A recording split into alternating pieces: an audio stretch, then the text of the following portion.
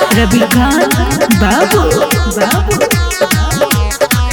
और नया साल आई रहलै पार्टी मनैबै रे।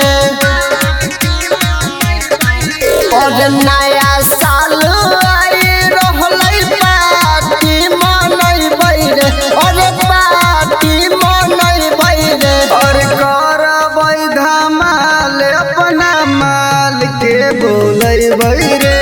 करबै धमाल अपना माल के बोलैबै रे।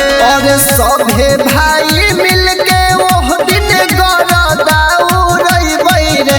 और गरदा उड़ैबै रे। और करबै धमाल अपना माल के बोलैबै रे। करबै धमाल अपना माल के बोलैबै रे।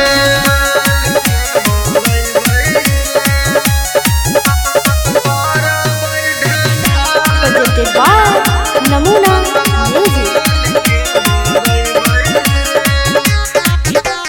रहतै रे भाई बड़ा खुशी के दिन मलबा ले आइतै अपन छोटकी बहिन। कियो दिन रहतै रे भाई बड़ा खुशी के दिन मलबा ले आइतै अपन छोटकी बहिन। और डीजे बजा के सभे कमर हिलैबै रे।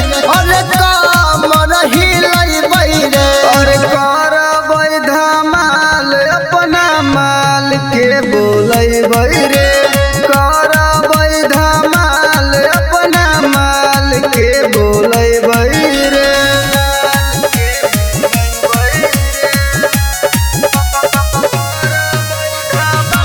Namuna Recording Studio, Rajgir.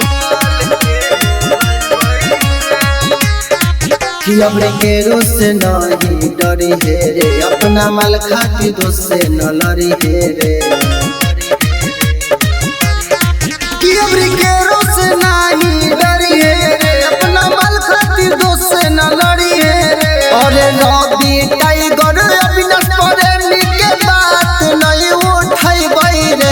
और बात नहीं उठैबै रे। और करबै धमाल अपना माल के बोलैबै रे।